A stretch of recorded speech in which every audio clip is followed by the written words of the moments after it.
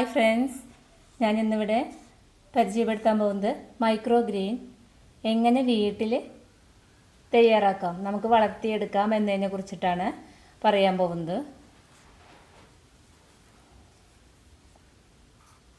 Micro grain എന്ന് വെച്ച് കഴിഞ്ഞാൽ പയർ വർഗ്ഗങ്ങൾ ഏതുമാകട്ടെ, അത് കടലയോ മുതിരയോ കടുകും എള്ള് അങ്ങനെയുള്ള പയറുവർഗ്ഗങ്ങൾ എല്ലാം, പയറുവർഗ്ഗത്തിൽപ്പെട്ട എല്ലാതും നമുക്ക് മുളപ്പിച്ച് ഈ രീതിയിൽ വളർത്തിയെടുക്കാൻ സാധിക്കും. നമുക്ക് വളർത്തിയെടുക്കാൻ പറ്റാവുന്നതാണ്. അതിന് വേണ്ടിയിട്ട് നമ്മൾ യൂസ് ചെയ്യണത്, ആകെ വേണ്ട ആവശ്യങ്ങൾ എന്ന് വെച്ച് കഴിഞ്ഞാൽ ഇതിന് വേണ്ടത് കുറച്ച് ന്യൂസ് പേപ്പറാണ് ആവശ്യം, ഒരു കോട്ടൺ തുണിയും, അത് മാത്രമേ ഇതിന് ഉപയോഗിച്ചിട്ടുള്ളൂ. ഇതേപോലത്തെ പ്ലാസ്റ്റിക് പാത്രങ്ങൾ ഉണ്ടെങ്കിൽ അതിൽ തയ്യാറാക്കാം. കപ്പുകൾ, മഗ് പോലത്തെ ചെറിയ കപ്പുകളും അതിലൊക്കെ. ഞാനിപ്പോൾ ഇതേപോലത്തെ പ്ലാസ്റ്റിക് പാത്രത്തിലാണ് തയ്യാറാക്കി വെച്ചിട്ടുള്ളത്. ഇത് പയറോ അല്ലെങ്കിൽ കടലോ എന്താണെന്ന് വെച്ചാൽ നമ്മൾ തലേദിവസം വെള്ളത്തിലിട്ട് വെച്ചതിന് ശേഷം അത് മുളച്ചു വരും. മുള വന്നതിന് ശേഷം നമ്മൾ ഇതുപോലെയുള്ള പാത്രത്തിൽ വെച്ച് പേപ്പർ വിരിച്ച് ന്യൂസ് പേപ്പർ ഇട്ടിട്ടാണ് നമ്മളത് മുളപ്പിക്കുന്നത്. അത് ഞാനിവിടെ കാണിച്ചു തരുന്നതാണ്. അതുപോലെ തയ്യാറാക്കി നിൽക്കുന്ന പയറിൻ്റെ മൈക്രോ ഗ്രീനാണ് ഈ കാണുന്നത്. വളർന്നു വന്ന് 2 ഇല വലിപ്പത്തിൽ, ഇപ്പോൾ ഇതെല്ലാം നമുക്ക് കറി വെച്ച് കഴിക്കാൻ പാകത്തിനായിട്ടുണ്ട്. 2 ഇല വലിപ്പത്തിൽ എത്തിക്കഴിഞ്ഞാൽ അതിനെയാണ് മൈക്രോ ഗ്രെയിൻ എന്ന് പറയുന്നത്. ഇവയുടെ പ്രത്യേകത എന്താണെന്ന് വെച്ച് കഴിഞ്ഞാൽ, നമുക്കിതിൽ മണ്ണ് യൂസ് ചെയ്തിട്ടില്ല, വളവും ഇട്ട് കൊടുക്കണ്ട. നമ്മൾ സാധാരണ പച്ചക്കറികളൊക്കെ നടുമ്പോൾ നമ്മളതിന് മണ്ണിട്ട് വളമിട്ട് അതിന് നട്ട് വളർത്തി വലുതാക്കി. പക്ഷേ ഇതെന്ന് വെച്ച് കഴിഞ്ഞാൽ വളർത്തി വലുതാക്കി കായ് ഉണ്ടാവുന്നതിന് വേണ്ടിയിട്ടല്ല നമ്മൾ യൂസ് ചെയ്യുന്നത്. ഇതേ രീതിയിൽ ഇത്രയും വലുപ്പത്തിൽ നമ്മൾ വളർത്തി എടുക്കുക മാത്രമേ ചെയ്യുന്നുള്ളൂ. ഇതിൻ്റെ താഴെ ഭാഗത്ത് നോക്കുമ്പോൾ നമുക്ക് കാണാവുന്നതാണ്, ഇതിൻ്റെ അടിയിൽ ഇതേപോലെ കോട്ടൺ തുണിയാണ് ഇരിക്കുന്നത്. കണ്ടോ, കോട്ടൺ തുണി. ഒരു മണ്ണിൻ്റെ അംശമൊന്നും ഇല്ലാത്തത് കാരണം കൊണ്ട് നമുക്ക് ഇതേപോലെ നമുക്ക് എടുത്ത് ഉപയോഗിക്കാം. ഇതുപോലെ നമ്മൾ എടുത്ത് കഴിഞ്ഞതിന് ശേഷം ഇതിൻ്റെ വേരുകളിൽ പോലും ഒരു മണ്ണിൻ്റെ അംശം നമുക്കിതിൽ ഉണ്ടാവില്ല, അഴുക്കുകളൊന്നും ഉണ്ടാവില്ല. നമുക്കിതെടുത്ത് കഴുകി യൂസ് ചെയ്യാം. കഴുകി യൂസ് ചെയ്യുന്ന വേരടക്കം നമുക്കെടുത്ത് ഉപയോഗിക്കാൻ സാധിക്കും എന്നുള്ളതാണ് ഇതിൻ്റെ പ്രത്യേകത. ഇതിൻ്റെ 2 ഇല വലിപ്പത്തിനേക്കാൾ കൂടുതലായി വലുതായതിനു ശേഷം കഴിക്കാൻ നോക്കരുത്. അപ്പോൾ വേര് നമുക്ക് കനപ്പുരസം ഉണ്ടാക്കുന്നതാണ്. അത് കാരണം കൊണ്ട് ഈ 2 ഇല വലിപ്പത്തിൽ തന്നെ നമ്മളിത് യൂസ് ചെയ്യാനായിട്ട് ശ്രമിക്കണം. ഇപ്പം നമുക്ക് കാണിച്ചു തരാം എങ്ങനെയാണ് ഇതിൻ്റെ അടിഭാഗം വരുന്നത്. താഴെ ഭാഗം ഇതുപോലെ എടുത്ത് നമുക്കിങ്ങനെ പൊന്തിച്ച് കണ്ടോ ഇതിൻ്റെ രീതി. നമ്മൾ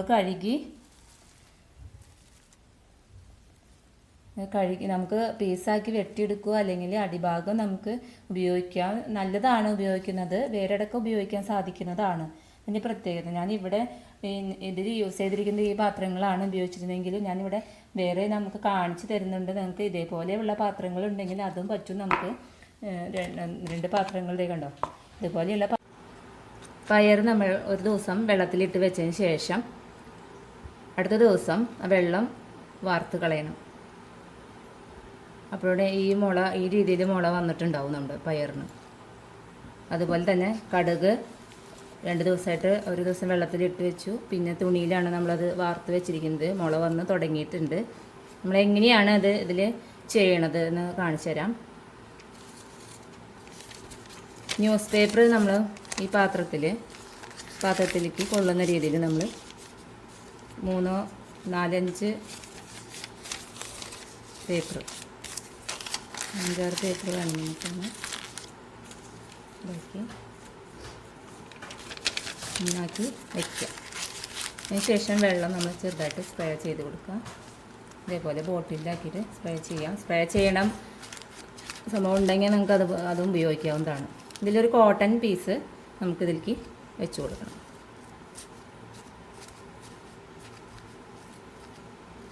അതിൽ നമ്മൾ വെള്ളം സ്പ്രേ ചെയ്യുക. അങ്ങനെ കൊണ്ട് ശേഷം നമ്മൾ ഈ വിത്തുകൾ ഇതിലേക്ക് ഇട്ട് കൊടുക്കുക.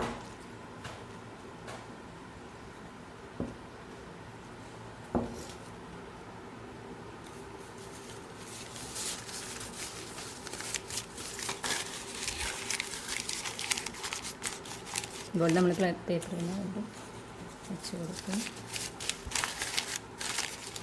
അമർത്തി വെച്ച് കൊടുക്കണം. വെള്ളം സ്പ്രേ ചെയ്യുക. തുണി വിരിക്കുക. ശേഷം വേറെ ഇതിലേക്ക് ഇട്ട്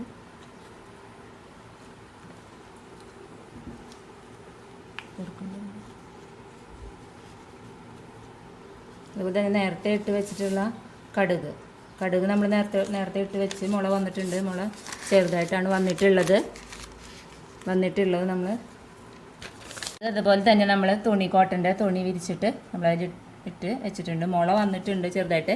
നമ്മൾ ദിവസം രാവിലെയും വൈകിട്ടും നമ്മൾ ഇതേപോലെ ചെറുതായിട്ട് സ്പ്രേ ചെയ്ത് നമ്മൾ കൊടുക്കണം. മുളച്ച് റെഡിയായിട്ട് വന്നോളൂ.